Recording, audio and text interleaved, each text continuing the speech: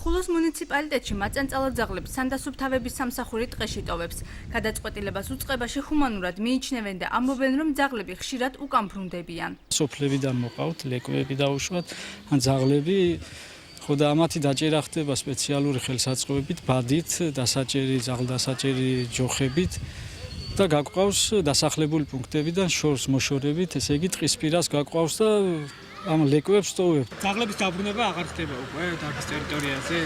ნაწილის ხდება ხელახლა ხელმეორედ გაგვყავს და თამაში გამოდის ასე თქვა. მოვა ისე უნდა წაიმართოს ასე უნდა წაიმართოს. ასე გამოდის. უფრო ჰუმანური ფაქტი ეს მოვიგონეთ და ასე ვაკეთებთ.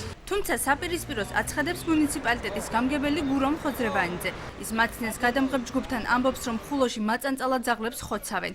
ეს გადაწყვეტილება გამგეობამ იმის გამო მიიღო, რომ ძაღლები მოსახლეობას აწუხებს. როდესაც გაუვნებლობა ხდება, ის შესაბამისად მიდის გამოყოფილ ადგილას, სადაც ხდება მისი დამარხვა, ანუ ის არ ქმნის ადამიანებისათვის საშიშ ფონს, შეიქმნას კერა საშიშროების ასეთი რამ არ არსებობს და ეს სამსახური მუშაობს. ანუ ეგრეთ წოდებული ბეიკერის ორმოში თავსდება. რა თქმა უნდა, იზოლირებული ხდება ის და იმარხება. იგივე საცხადებენ ადგილობრივები. ამის დასტურად ხულოს მკვიდრმა ნოდარ თავართქილაძემ ჩვენს გადამღებ ჯგუფს ის ადგილი უჩვენა, სადაც დახოცილ ძაღლებს ეგრეთ წოდებული ბეიკერის ორმოში ათავსებენ. მე ასე გავიგე, რომ ძაღლების სასაურო ძაღლები, უპატრონო ძაღლების მოკლავენ, მეიტანებენ, ჩააგდებენ ორმოში. ერთօრ ხელ კი დავინახე, რომ ეს მოკლული ძაღლი ჩააგდეს. ადვოკატი და უფლებადამცველი ლელა ბჟალავა ფაქტს შემაშფოთებლად მიიჩნევს. მისივე განცხადებით, სახელმწიფო მაწანწალა ძაღლების დახოცვაში ფულის დახარჯვის სანაცვლოდ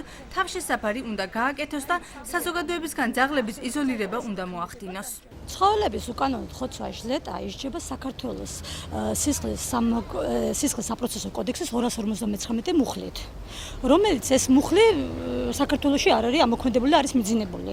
და მე მოვთხოვ სახელმწიფოს აი მხრივ იმუშაოს ძალიან კარგად დააფინანსოს, არა იმისთვის რომ სახელმწიფომ დააფინანსოს იმისთვის რომ დახოცოს ცხოველები, არამედ იმისათვის რომ დააფინანსოს იყოს თავშესაფარი და ავადმყოფი ცხოველების ეხა დაძინება სხვა და აი მიწაში რომ მარხავენ ცხოველებს უპატრონო, ეს არის დანაშაული. საქართველოს ცხოველთა უფლებების უზრუნველყოფის საერთაშორისო კონვენციებს არ არის შეერთებული. იმის გათვალისწინებით, რომ უპატრონო ძაღლების პრობლემა არა მარტო ხულოს მუნიციპალიტეტშია, ხელისუფლებას დღემდე არ დაუსახავს გრძელვადიანი სტრატეგია, რომელიც მაწანწალა და უპატრონო ძაღლების პრობლემის მოგვარებაზე იქნება ორიენტირებული.